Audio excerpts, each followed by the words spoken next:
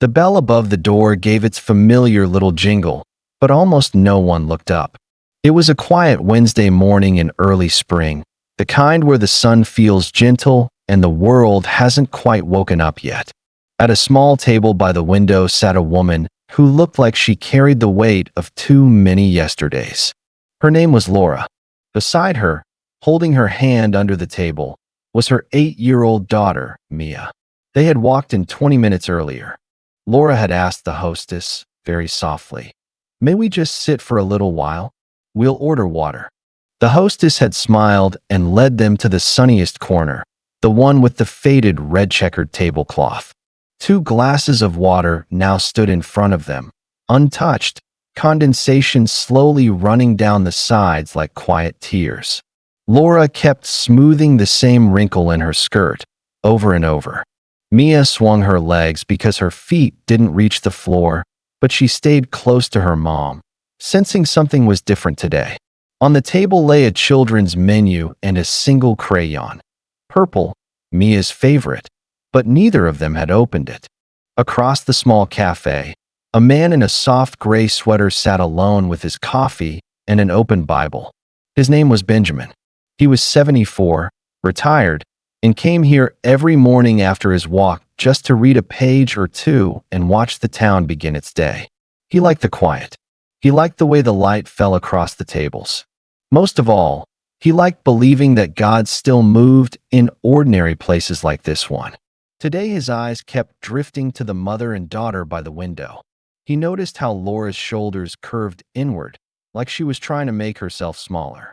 He noticed how Mia kept looking at the pastry case, then quickly looking away when she thought no one saw. And he noticed the way Laura's fingers trembled when she finally picked up the menu, then gently set it back down without turning a page. Benjamin closed his Bible and simply watched, the way you do when your heart is asking a question your mind hasn't formed yet. After a few minutes, Mia leaned over and whispered something to her mom. Laura shook her head, almost too small to see, and answered so softly Benjamin barely heard it across the quiet room. "Not today, sweetheart. We're just going to sit and be thankful for the water." Mia nodded like a much older child and rested her head against her mother's arm. That was the moment something shifted inside Benjamin, like a door he didn't know was closed suddenly opened on its own.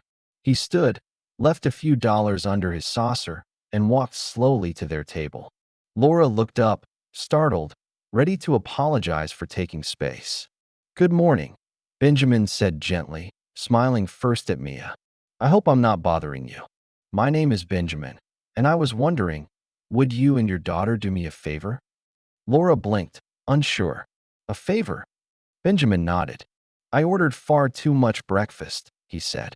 "The cook knows I like the big farmer's platter, but my eyes are bigger than my appetite these days. There's a whole table of food waiting back there with no one to enjoy it. I'd consider it a personal kindness if you'd help me finish it." Mia's eyes grew wide.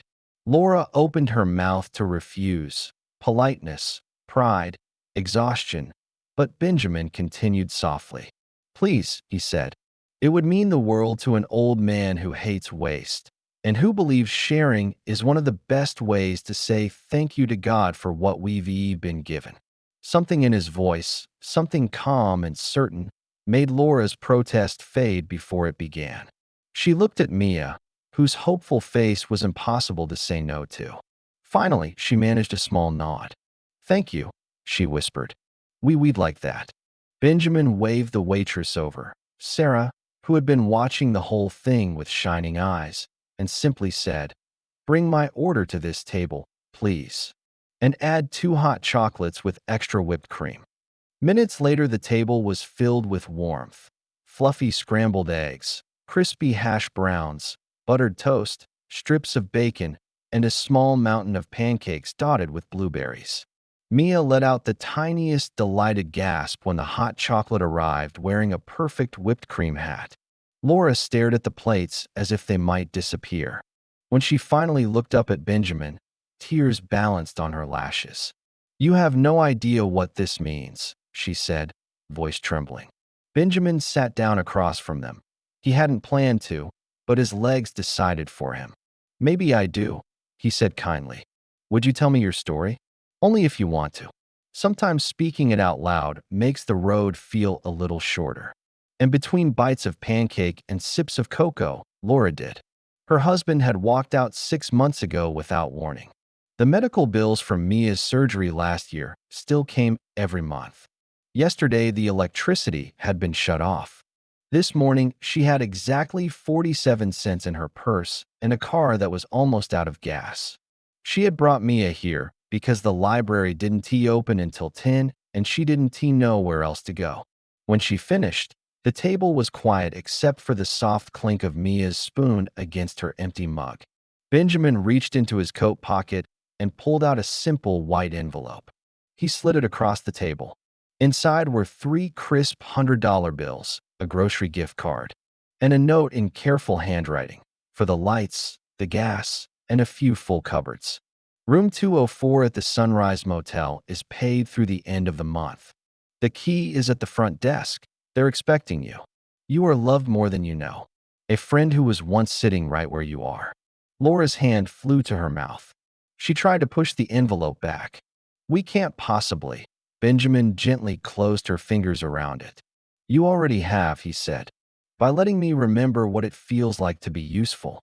By letting Mia remind me that joy still sounds like a little girl laughing over whipped cream." Mia looked up, cheeks pink and sticky.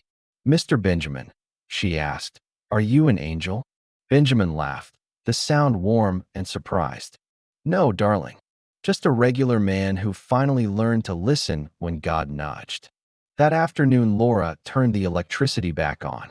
That evening, she and Mia slept in a real bed with clean sheets and the soft hum of a working heater. And every Wednesday morning after that, they came back to the cafe at the same time.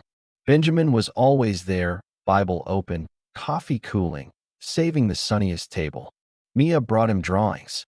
Laura brought him gratitude that grew into friendship, that grew into family.